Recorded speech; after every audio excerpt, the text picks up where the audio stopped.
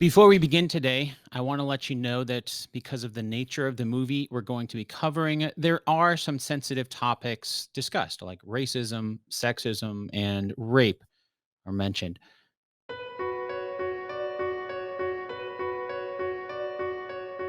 Hello, and welcome to Based on a True Story, the podcast that compares your favorite Hollywood movies with history. Today, we're going to be looking at the 1956 movie, The Conqueror.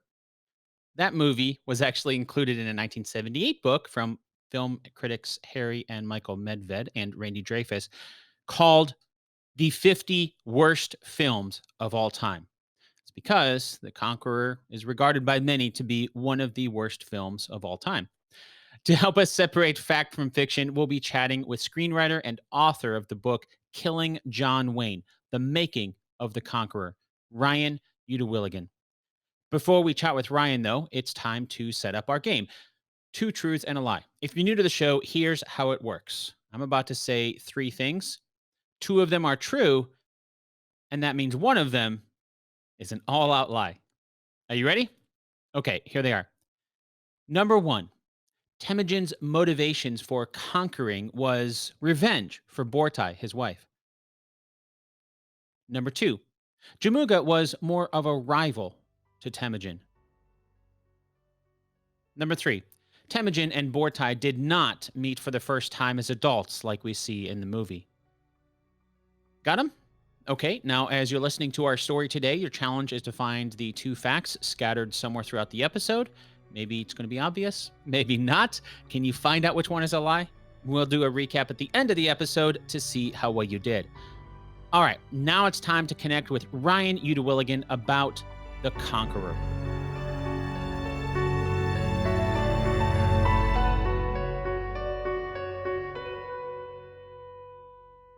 We'll dive into some of the details of the movie in a moment, but before we do that, if we take a step back and had to give The Conqueror a letter grade for historical accuracy from an overall perspective, what would it get? Well, is this out of just A to F, or is this the whole alphabet? I suppose we can make some special exceptions. Yeah, if we start with Z and then just go beyond there and make a letter, because yeah, it's That don't good. watch Oh, The okay. Conqueror if you're looking to learn something about history. Great. Well, so there's a big elephant in the room I want to address up front. The movie is from 1956. It Hmm. still doesn't really excuse it from some inexcusable things. Uh, right up front, John Wayne as Genghis Khan, Susan Hayward as Bortai. Certainly not the first time that Hollywood has done what's now known as yellowface, casting white people in the place of Asian roles. I know Mickey Rooney's character, probably one of the most popular. Um, but I also know that you dedicated a chapter in your book Yes. about this. Can you give us an overview of your thoughts on that? Yeah, of course. It's something that, was unavoidable to talk about, and it just seemed more and more fitting to, not just address it but explore it, and the root of why it was happening. And so in the book I give somewhat of an overview. I had initially included like the origins of blackface makeup as well, but just to keep with the theme of the actual movie, I talked about the history of yellow face makeup. And then especially at that time in the 1950s, it was just like nobody cared. Like they were initially going to cast Marlon Brando as Genghis Khan, then they wanted Yul Brynner, so there was never any Asian actor ever considered to be in the role. And back then it wasn't considered. Unfortunately, there was not a lot of viable quote unquote stars, or people that they would let on screen, as opposed to smaller, more you know servant type roles that they would normally cast Asian actors in, that were demeaning, and it's taken forever to actually get proper representation. But yeah, they didn't bat an eye here, and they would bring John Wayne in to color his face, get the right skin tones. They used elastic bands to, get the correct, as they call it, eye slant, to play the role. And again, no one really questioned it beyond the director Dick Powell, who was sort of brought on as a hired gun, and he sort of said, "Really, John Wayne is Genghis Khan?" And then he didn't say anything because everyone was like, "Yeah, of course, he's John Wayne." So really, there was no producer in the room or anybody who was saying, "No, this is a bad idea. This is insensitive." And it would take decades after this. Marlon Brando turned down the role so he could play another one. I believe it's uh, now the title just escapes me, but he also plays a Japanese owner of a tea house. And yeah, then you mentioned Mickey Rooney's famous characterization in Breakfast at Tiffany's, a movie that I love. But yeah, looking back at a lot of these movies, they do not age well at all because of this. And it's hard to explain to Yeah. people So like me. what was going through the mind, and you're trying to, I don't want to defend their decisions, but at the same time, like it wasn't well, there was definitely racism at play behind the decisions, but it wasn't as thought of and as calculated as some might seem.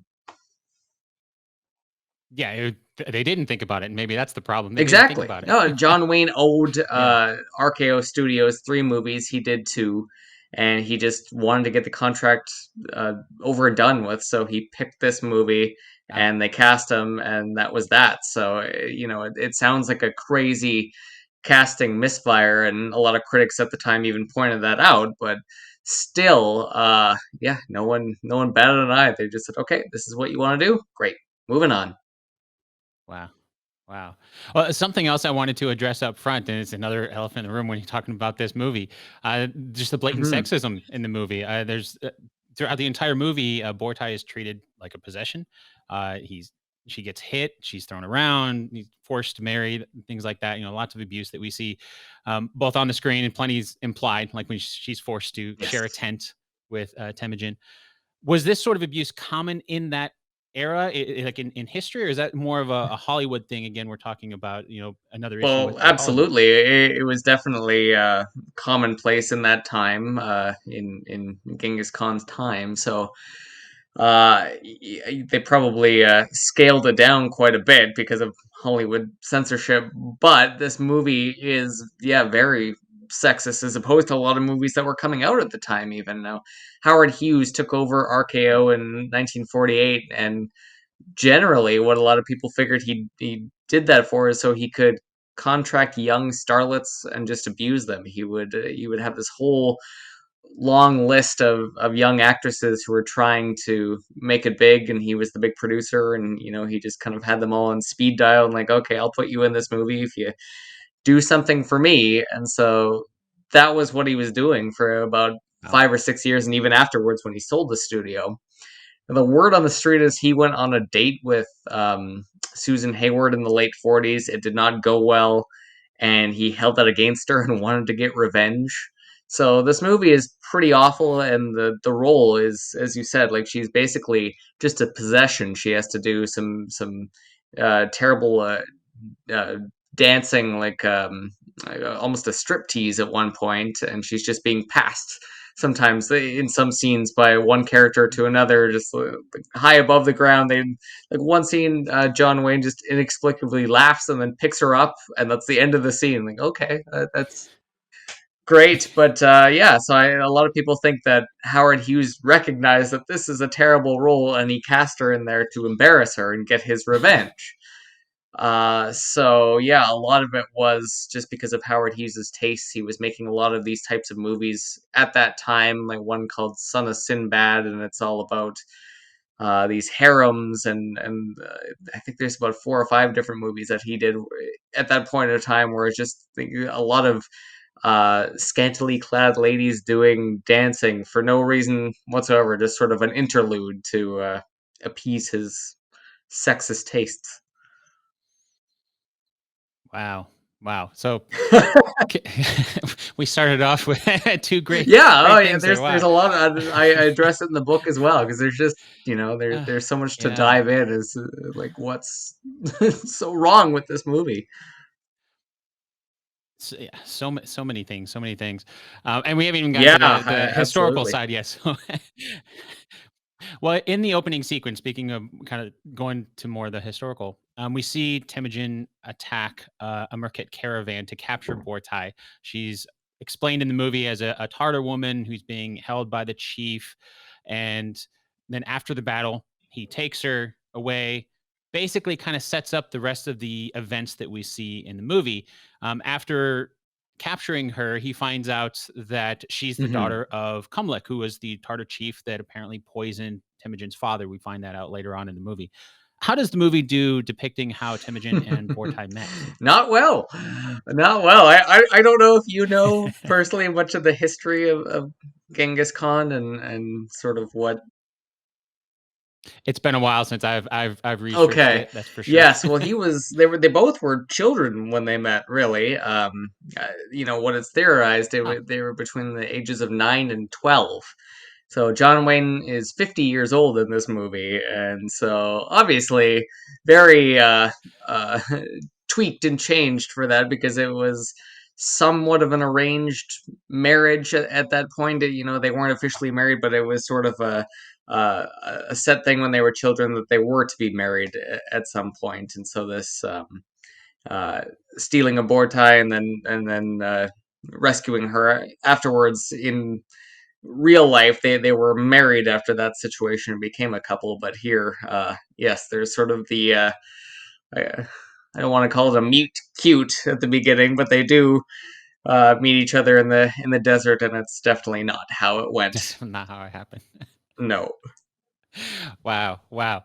Well, after the that attack that we see in the movie, we see the Merkit chief, Targetai, I believe is his name. Hmm. He Yes. retaliates by attacking Temujin's home. He burns a lot of the houses, frees the horses, but then Temujin kills him, and then he plans his attack on Kumlek, which as I was watching this, it didn't seem like anything that he really wanted to do at the beginning of the movie. It just seems like all Right. this kind of falls into his lap. And so the impression I got was all of this is centered around Bortai. Is there Yes. any truth to that? Not really. There of course was when they rescued her, brought her back, and then they were married. That's basically the only little blip that's actually true here. The fun fact that I like to tell people that I found out about the screenwriter Oscar Millard, he didn't know who Genghis Khan was when he took the meeting to write the script. He was brought on as a writer for hire, and he was a really smart guy. He'd been nominated for an Academy Award for writing a couple of years beforehand, and he before he took the meeting, like it was just thumbing through encyclopedia and then had to look it up and like, okay, this is who they're referring to. This is what Genghis Khan means. Then he took the meeting and went in that way, completely blind. So, back in those days, a lot of these biblical epics were a lot more classical and trying to, be entertaining for modern audiences with a romance. So they really played up the actual romance point of view and relationship between Bortai and Temujin, because it's really not how it played out. It was a lot. Well, we don't know what kind of love or relationship that they actually did have, but here it's a lot more flirtatious almost. Will they, won't they, and really driving what Temujin wanted to do and conquer, when really that relationship didn't drive him much. Mm. So what was his driver then? Was essentially building the empire was his Yeah, driver? absolutely. Okay. Land and power. Okay. Okay. I mean that makes sense. I just Hmm. not what we get from the movie at all. No, and that would be a very different movie, and it's more truthful. But usually in these types of movies, a motivation like that, how do you convey that? Just in maybe better hands, you could have a better story. But in the 50s, a character who's bent on just getting more land and conquering, it's just it doesn't jive with the type of movies they were making and wanted to tell. Yeah. Yeah. In one of the battles that we see in the movie between the Mongols and the Tartars, Temujin is shot with an arrow and he's captured. He does manage to escape conveniently. There's a cave nearby that he can hide in while the rest of his soldiers get routed. It seemed like a pretty significant defeat. Mhm. Were there any defeats like that where Temujin barely made it away alive? Not that I could find.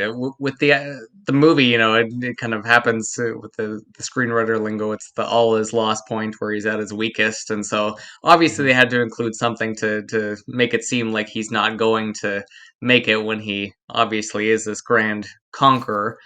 Uh, but Genghis Khan actually died from an illness, and they're not sure what it was. And some scholars have pinpointed it that he actually in battle fell off his horse and then Hmm. contracted something, and it festered inside him for a couple of months, and then he died. But they're really not sure. It's just this mysterious illness that he died of, and I'm sure he did get struck with arrows, and I don't know with the amount of people that he had fighting with him, there was no way that he was going to be cast off alone like this. And in his very young days, he was at his weakest point when his father was actually killed. But he would have been just a boy and sort of fending off for Hmm. himself at that point. So nothing, unfortunately, that's what is depicted in the movie. Well, you brought up something that made me curious because in the movie, at the timeline of the movie, his father is already dead. Yes, But then you were saying that the Genghis Khan and Bortai actually met, yes. as kids. So obviously, there's an age difference there. What timeline is the movie trying to be in? I I wish I Or knew. is it just I don't bouncing all know that around? the screenwriters and the actual people behind it knew because there's a lot of little interesting facts, and when you go and look at his life, it's so huge, and a lot of it is spent conquering land, but there is that tiny little blip that is well he and it would have been better, I think, if they did it, knowing that, oh yeah, well, wartime and him have history, and then she's kidnapped, and he goes to rescue her. It's kind of like that in the movie, but I think they really played that up because that's where a sense of adventure and sort of grand old storytelling of going to rescue the damsel in distress comes from. So I think they just extrapolated that little tiny portion, and they threw in a couple of real life characters and made quite a few of them up, and that's really what we get as far as a representation of history. It's a small point, somewhat of an origin story, you could call it, of Genghis Khan. Okay. Okay. Yeah. So it sounds like, would it be correct to basically say they're essentially cherry picking things Yeah, and then throwing it together into a new story almost that, basically, yeah. is You really can't identify a time period in his life that would be accurate. I mean, he would be a young person in his teens at this point when this was happening and this actual um, rescue took place. But then a good 10 years goes by where he's conquering all of the other tribes, and then finally receives the title Genghis Khan. So yeah, you see that a lot in movies, so you can't really focus and hold this one up and fault it because of that, because a lot of movies do pick and take little pieces of time periods and switch them around to make it more palatable for audiences, and that's probably oh, the sure. least And that makes sense. the lesser sin that this movie committed. Yeah, yeah, that's true. Yeah, it is common in movies, and it makes sense. I mean, you're trying to take years and years and throw it in here. I just didn't know if there was a particular part that they were trying to focus on, in within his life, or if they really were just They kind of were picking and The choosing word and pulling, on the street as is is common. Howard Hughes just showed up one day to the office, the RKO offices, or whoever he was communicating with, and just said, "We should do a movie about Genghis Khan." Just out of the blue. Okay, so they tried to get it going, and ultimately did it with John Wayne. But yeah, there was really, when you look at him and the screenwriter, there was really no like yearning, like, oh, let's tell this history, let's really get into this and represent something. It was like, oh, biblical epics are popular. Genghis Khan. Okay, off we go. Wow, wow. I a lot of forethought Hmm. put into that. Yes. Well, if we head back to the movie, we see Temujin gathering Yeah. clans of Mongols going to war against Kumlik. In addition to the Mongol clans, he also tries to get help from his father's blood brother, Wang Khan. He sends his brother, I think two of his brothers actually. It was kind of iffy. There were some parts where it kind of mentioned Kassar Yeah. was his brother, but I wasn't sure if they were referring to actually like actual biological From brother, if what I that's what they mean, understand, or if they're I just just, kind of yeah, saying, I believe it's just, they sort of call each other brother all throughout. So I think that was just sort of like the yeah. clan speak they were trying to go Okay, for. okay, yeah, I wasn't sure if it was that or if it was actually a, biological thing. But then Hmm. as he, so they go to try to get, Wayne Khan's armies, which we never really see, but we assume that, these are big armies, right? And then the Yes. shaman gets in the way. He has Kassar killed.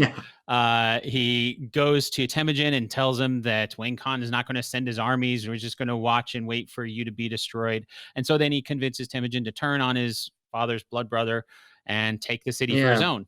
And the shaman even goes in there and mortally wounds the Khan. The next day, we see the generals swearing allegiance to Temujin. He declares himself not only the chief of the Mongols, also the ruler over any possessions of Hmm. Wayne Khan. It just big turn, right? And I know that there's a lot Yes. thrown in there. It just happens pretty quickly in the movie as well. Yes. Um, but how does the movie do showing this and kind of that almost seems to be his rise to power in the movie where he was a leader to begin with, but now he's the big leader. Yes, exactly. And yeah, he was a leader. From what I understand, that little portion is true with Wang Khan and actual the turning on it and the battle. That from what I understand is one of the only little accurate parts, but it's only a very small portion of it. In all of what I could find, like you mentioned the character of Kumlik. I don't believe that character existed. I think that was a fictional representation, and that's what they did a lot, like with this movie. Like the sidekick Jamuga, it was, they even changed the spelling. Was more of a rival to Mm, Genghis Khan or Temujin. They worked together a little bit earlier on in his life, but they actually fought each other, huh. and that's something that is kind of hinted to towards the end of the story. But yes, most of these representations are either amalgamations of different characters or just completely fictional entirely. Wow. Wow, okay. So, what was how did what was his rise to power then? Did he take over Wayne Khan and then kind of become Yeah, the but great leader that it was took a long time. Like it took, it's a it wasn't very one night like simplistic in battle here. Is you get one fight, when it took, I think, around 10 years for him to wipe out all the other different tribes, because there were the Tartar tribes and different people who were constantly standing up to him, or he would go and send his armies that would constantly grow and then you know pillage and take over. So I think, yeah, between what's depicted there with Wing Khan, it was another 10 years of actually rising to power until he was finally recognized as the great universal Wow. ruler. Well, that makes it sound a lot more deliberate than the movie for sure, because in the Hmm. movie, you have that shaman character that I think he was even cast as shaman, so, it tells you Yeah, yeah, who's definitely fictional. Yeah. And yes. But it just seems like maybe the shaman character had been planning something like this for a while, but it seems as far as, from Temujin's point of view, like a last minute just turning on his friends type Yes. moment. Whereas if it actually took 10 years, that's a little more deliberate. Yeah, absolutely. They're gonna shrink that down to make it to make it a drama and a more of Yeah. a dramatic choice. But yeah, it's not. representative. It was a lot more fighting and strategy, and you know, a longer rise to power. Yeah, yeah. Well, there is a scene in the Tartar village where Boitai she was rescued by her father Yeah. from Temujin, and then she says something about she tells Jamuga that I'll gladly betray my father, Hmm. cast my people into Mongol bondage just to be in Temujin's arms. Right? She says she's consumed with the want of him.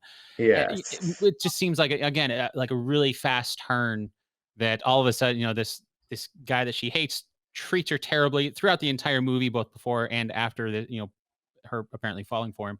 Yeah. It just seems like a real fast turn. But even from what you were saying before, it sounds like there's probably not much accuracy to that turn No, like in Vortex. yeah, she has a very sudden love for him that makes absolutely no sense, and it's even as a screenwriting standpoint, it just there's no motivation other than she was kind of saved by him, that he's a rippling strong man. That's really all that she has to go on. She's not a developed character, and so yeah, that relationship isn't very convincing. But when you look back at what they actually did have to go on, what I said before, where they were children when they were first met, so there's you know a very different historical standpoint to draw on that way.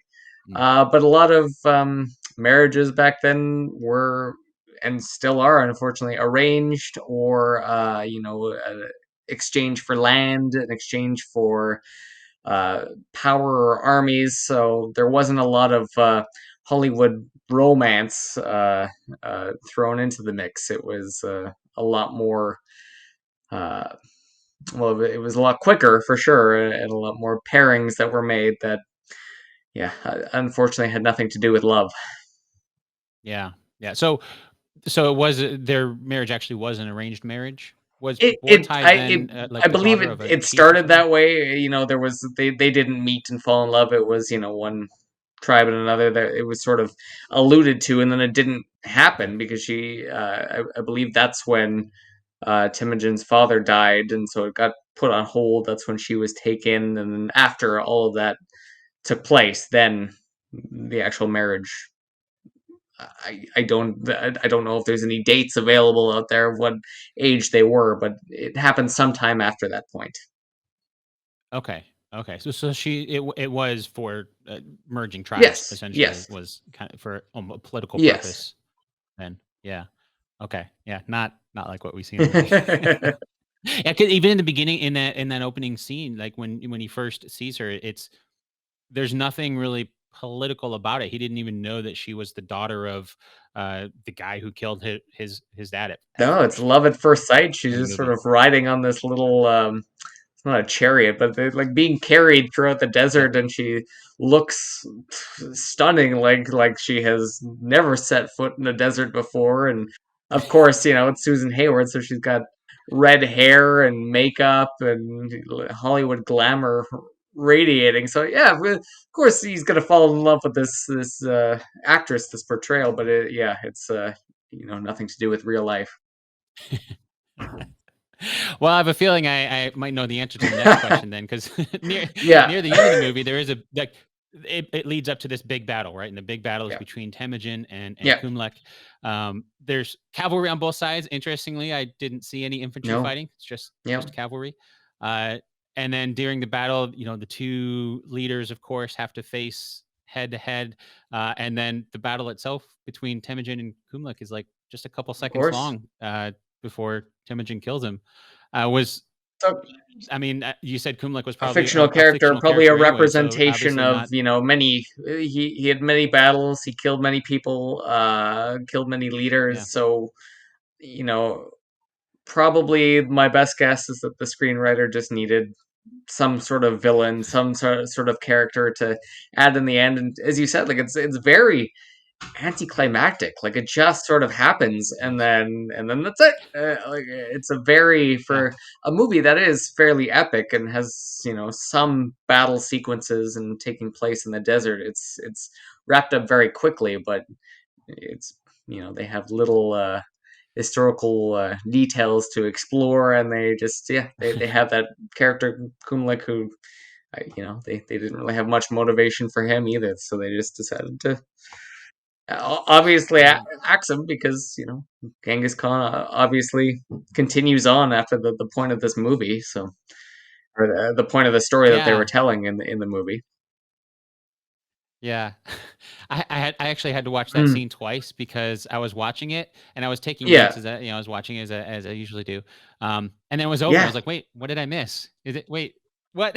Like this is the big fight at the yeah. end. What? It's over?" I had to go back and watch it again. No, That's okay. it. It was just There you go. very anticlimactic. Yeah. At the end there, after Kumlik is killed in the movie, there's a line in the movie where Jamuga tells his brother that you have no need of me henceforth, my brother. You have found your destiny. Far greater conquest will be yours, Temujin, and men will call you, and he Yes. pronounces it Genghis Khan, the perfect warrior. And that's the only time throughout the movie that Temujin is called Yeah. Genghis Khan. Is that the true story of how he got the title? No. Yeah, Mugen did not instill that. There were, we don't really know where that title came from, but it did sort of happen. Like at the end, there was sort of a ceremony or a big celebration. That part is accurate. Like eventually, he was after that sort of 10-year long rise to the top. He was dubbed Genghis Khan, which is universal ruler. So we don't know who gave it to him, but it sort of was this uh, honor that was bestowed upon him by all of his followers when really he had little people at that time to actually fight with. He reached the top, so that part is how it is depicted, not by who gives him the title. And again, it could have been anyone. It could have been this collective uh, group or just something that had been sort of talked about or uh, people starting to call him this name, and then it starts to gain popularity. Maybe that's what happened as well. But he was celebrated in this big way and officially called by this name through a Okay. celebration. Okay. And I mean, I guess he reached the top. Maybe he just gave it to himself. I mean, It could be. It could be. Yeah. when you're There's a at lot the of top, I guess speculation. you can do whatever you want. We Yes. do get some voiceover at the very end of the movie that says the great Khan made such Yeah. conquests as were undreamed of by mortal men. And then it says, for 100 years, the children of their loins, speaking of Temujin and Bortai, ruled half the world. Yes. I thought it was very interesting that ending there because as I was watching that, I realized, I'm watching this movie and it's called The Conqueror, and really the only thing that we really see him, or the only mention of him making these huge conquests and conquering, is that little bit of dialogue at the end, throughout the story. Yeah. And I'm sure this could be an entire podcast series in and of itself, but for Genghis Khan's real conquest, since we don't really see those in the movie, can you give us kind of Hmm. a brief overview or kind of a timeline of what actually happened in his life? A small bit, yeah. It was a lot of leading men, a lot of battles, and a lot of expanding forward. Through China, a little bit of Korea, all the way to I think there was reaches all the way to Afghanistan and that Wow. area. So there was just a lot of conquering for as we touched on before, for power, for land, and just for ultimate dominance. And then he does die in an anticlimactic way, not in a battle, but because he falls of illness. And yes, there's always that fact that a lot of people like to bring up, that there's a certain, and that it doesn't help that that percentage escapes my memory right now, that there's amount of Mm. lineage today that people can be traced back to Genghis Khan because of all the raping and unfortunate uh, business that he was Yeah. doing is was popular in that time. And that's the weird thing about the movie as well. Like it was filmed in the 50s in a very conservative time, and they portray him as a very noble, strong, mighty ruler, but they don't even touch any of the negative parts. He was, he was. We see him as a mighty conqueror. Some of us do, but he's a very controversial figure because obviously he committed so many. Like, even then, it wasn't. They weren't crimes. It was just a way of conquering it, and that was just murder and torture and rape and having multiple Mm. wives. I think there was more than just Bortai. But yeah, they obviously couldn't put that in a movie at that time. And Genghis Khan or John Wayne even said that he is going or wanted to play the role as a gunfighter and saw Genghis Khan as a cowboy, so he approached it in that direction. And so obviously you get no representation, no accurate representation in that way. There's been a couple movies I think that's depicted his life. Nothing out of Hollywood. There was a Chinese movie called Mongol that came out in 2007, and that was somewhat of a very popular and accurate representation. There was a couple movies also in the 50s that sort of used Genghis Khan as a villain, but nothing ever has really been portrayed. So I think now when you get a lot of limited series like Vikings or Rome or things like that, I think the story of Genghis Khan and what you can show now and what you could tell because of the moral ambiguity, I think the story is probably ripe for the picking for a show in the coming years. Yeah, yeah, and to tell it a little bit more accurately than the Conqueror. Exactly, and it's so old is the thing too. I mean, this happened in the 11 the end of the 1100s, early 1200s.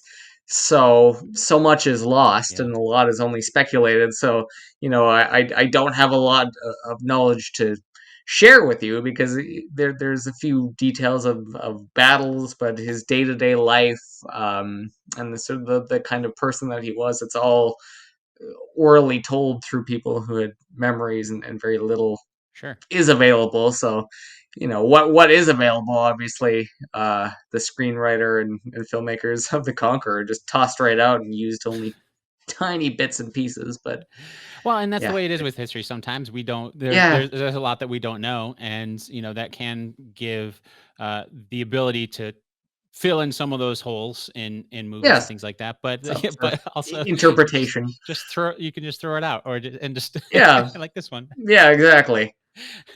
Well, speaking of the movie, I know the movie this one in particular did have a lot of controversy about where it was filmed, the Yes. illnesses befalling the cast and crew after it was made. Can you share a little bit more about what happened? Yeah, well, it was filmed in near downwind of the Nevada nuclear test site, right after they had been busy ramping up all these tests in the early 50s. And so they chose this area just outside of St. George, Utah, called Snow Canyon, and they wanted to emulate the Gobi Desert. And they looked in shooting in Mongolia. Obviously, that was way too far, so they picked this little spot.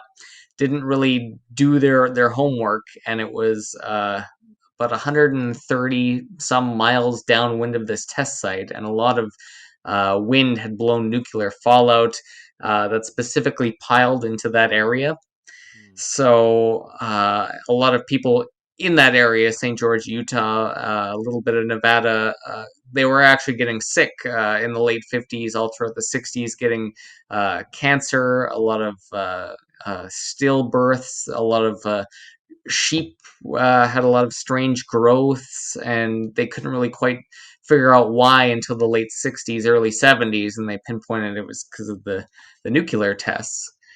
And then you also had, related to the film, you had director Dick Powell, actors like Susan Hayward, Pedro Armendariz, Agnes Moorehead. They all died of cancer. John Wayne got cancer in '64, had a piece of his lung removed and actually beat it, but then he got cancer again in the late '70s and died from it. But in between there, he became sort of an advocate for cancer research. A lot of people speculate it's because of their smoking. All of these people, including John Wayne, were pack-a-day smokers who would, just constantly puff away, and so it's a rumor that we'll never really be able to prove and know.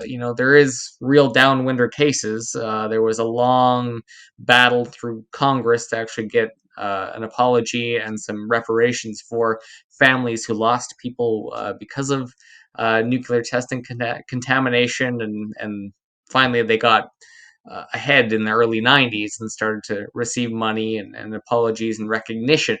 But the people who were involved in this film, it's not just the stars, it's dozens of cast members and crew members, extras. They had hundreds of extras who were native tribe members from Utah and the area. And they'll never know how many people actually died because they were Mm, brought into that contaminated area. But yeah, it's this wow. Was it constantly contested rumor. was there any, you mentioned some legislation, was there Yeah. any legislation around the movie itself or anything tied to that?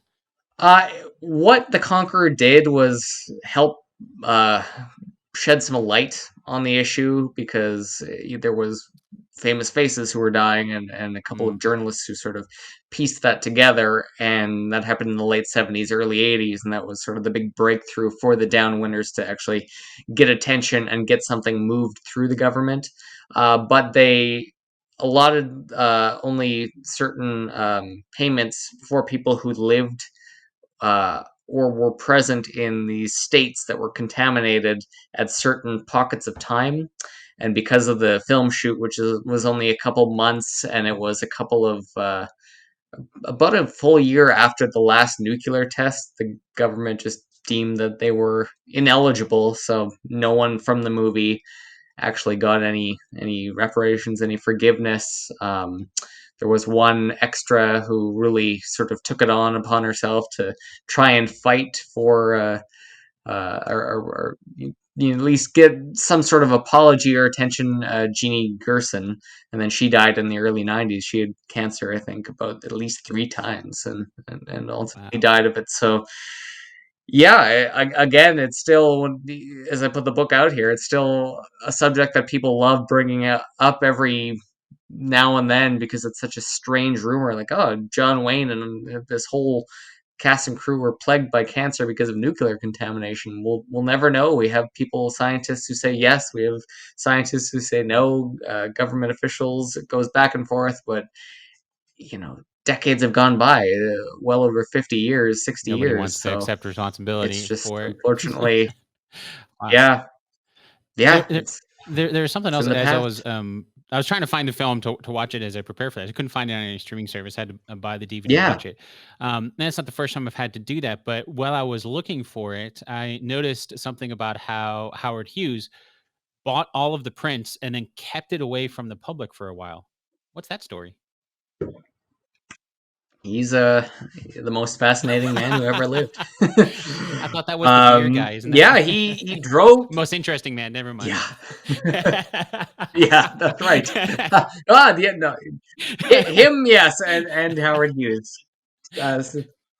Yeah, he just had his finger in every pie, this guy, and then eventually in 1955, after driving the studio into the ground, he sold RKO, and they tried to get things back onto their feet. Ultimately, they couldn't, and they released the Conqueror. It didn't make back its money, so they closed the doors of this magnificent studio.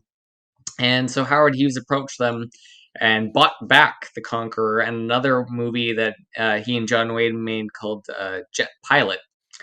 And he there really was no clear reason. Some people think that he just loved the movie so much and the negative reception sort of bothered him, so he gathered it all. Some people think that the nuclear contamination and the deaths of everyone was responsible, uh, but it really couldn't have been because he bought up the rights to this movie before those deaths started to happen. um, I think it was just something ultimately that he wanted to keep for himself and maybe try and make more money on at a certain point. But then he did start buying up all the prints, and that's where it gets a little murky if it was, because it happened all throughout the 60s, if it was him Mm, scooping up this because the movie was such a terrible mess and he was embarrassed by it, or he felt bad for what was happening. again, we'll never know, but it was essentially a lost film for about 20 years. No one saw it. It didn't play on TV. RKO was one of the first studios to actually lend out their film library and start playing them on television with two absent movies, which being The Conqueror and the other one. And then at the end of Howard Hughes' life, when he was in Las Vegas hotels and kind of losing his mind because of germs and all these different phobias, he would request his staff to put on The Conqueror and play it on repeat, so he would watch it just 100 times over from his bed. A lot of people said that he was attracted to John Wayne and his portrayal. He was attracted to the mighty conqueror image that maybe he saw in himself.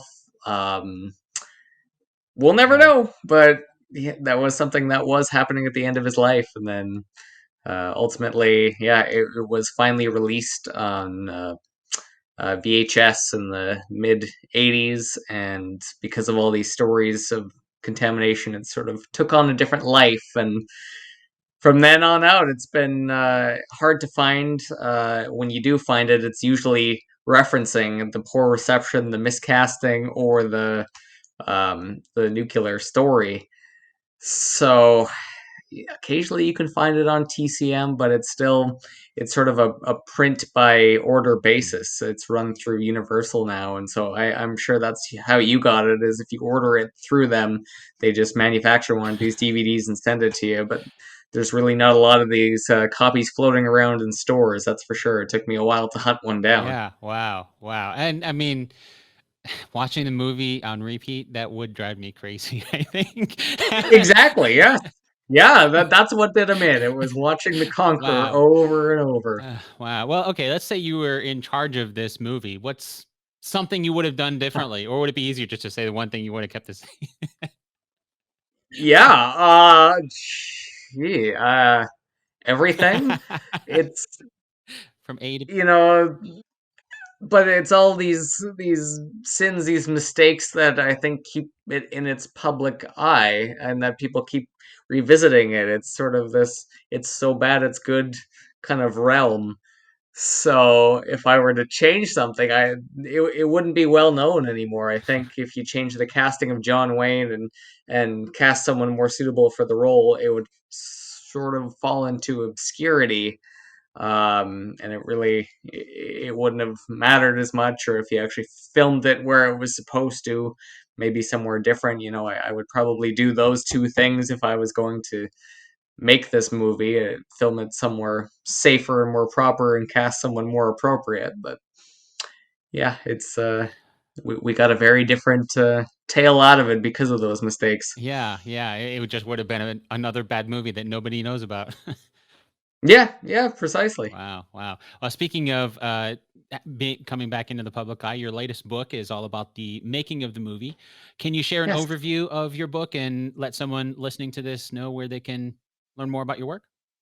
Yeah, it's Killing John Wayne, The Making of the Conqueror. It covers every possible side that you could think of related to this movie. So, how Howard Hughes decided to buy RKO and run it into the ground and make all these terrible movies. And this was sort of the big climax, the magnum opus, and how John Wayne got involved with Hughes and RKO and owed them 3 movies, and then the actual uh, problematic shoots, and then there's a lot of nuclear history as well. Something I didn't know much about, but found so interesting. Not the actual well, there is a lot of nuclear science in there, but I'm not a nuclear scientist. I'm a film historian, so I really touch on the cultural aspects of what was going on when these nuclear tests started happening in the late 40s, and how people would travel to Las Vegas just to feel the rumble of the nearby tests, and people in the area were urged to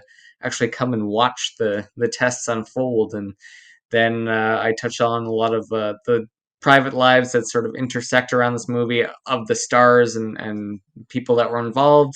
And unfortunately, this the latter half is a lot of death and a lot of despair of trying to get some light onto the actual aftermath, not just of the Conqueror crew and cast, but of downwinders in general. Wow. Yeah, and that's a story to tell. That's for sure. Yeah, yeah. There's so Yeah. many different facets. So if you like film history, if you like American history, nuclear history, if you like the history of business and how a movie studio, like the studio collapse and is sort of the at the end of the studio system in the golden age of Hollywood. So there's really something in it for everyone if you're interested at all, and you can pick it up in any bookstore, have it ordered through any of the book suppliers that you go through or Amazon. Perfect. And I'll make sure to include a link to that in the show notes for this episode as well. Thank you so much for coming on a chat about the Conqueror. Perfect. Thank you very much for having me. I had a lot of fun.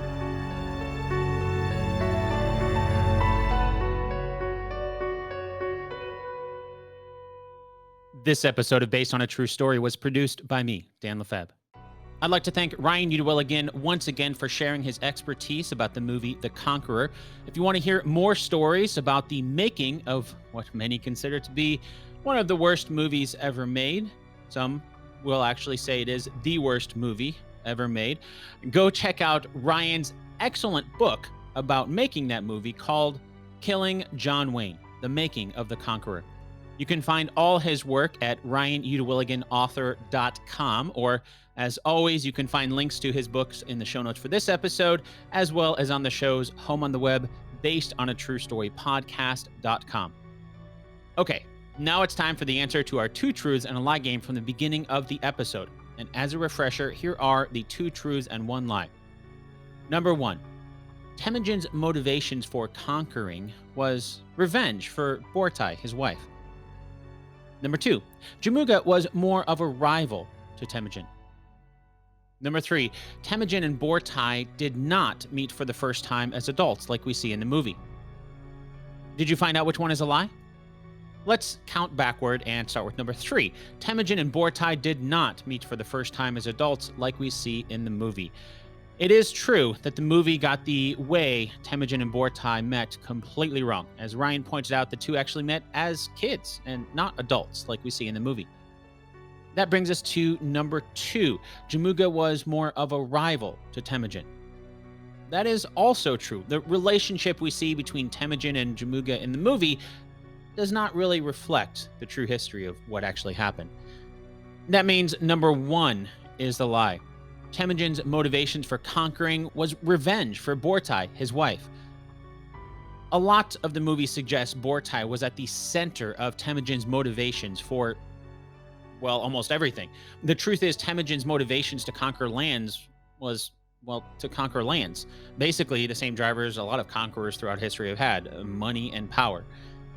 Last but not least, it's time now to let you know how long it took to create this episode. If you're a longtime listener to the podcast, you'll know I like to share this information just to help you appreciate all the podcasts that you listen to. After all, a huge majority of podcasts are, like mine, completely free to listen to, but that doesn't mean that they're free to create. Quite the opposite. They can cost a lot of money, but almost every podcast out there has even higher costs than money. They have high costs in time, the time it takes to learn the technical side, to research the technical side, to keep up on it, to keep up on the episodes, to research the episodes, record them, edit them, and so on.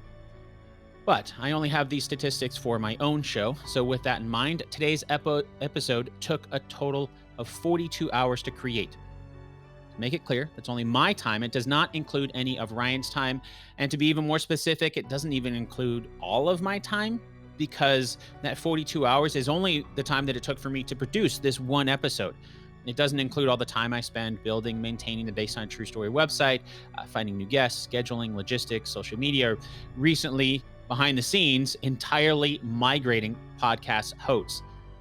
All of those things, they don't really have anything to do with just making today's one episode, but they're still required and things that need to be done to make the podcast overall. In a nutshell, this podcast may be free to listen to, but it is not free to create. And that's why I'm so thankful for the sponsors whose ads you've heard on this episode. You can find out more information about them over at basedonatruestorypodcast.com/advertisers. But they're not the only ones helping to keep the show alive. There are wonderful people just like you who are helping to keep this show financially going. So, if you enjoyed today's episode, I hope you'll consider supporting the next episode over at basedonatruestorypodcast.com/support. Once again, you can learn how to support the show at basedonatruestorypodcast.com/support. And don't forget, if you're catching the audio version of the show, I want to let you know that you can now watch the episodes on YouTube. Subscribe to the show over at youtube.com/basedonatruestorypodcast, or you can chat about this episode in the Based on a True Story Facebook group. Until next time, thanks so much for listening, and I'll chat with you again really soon.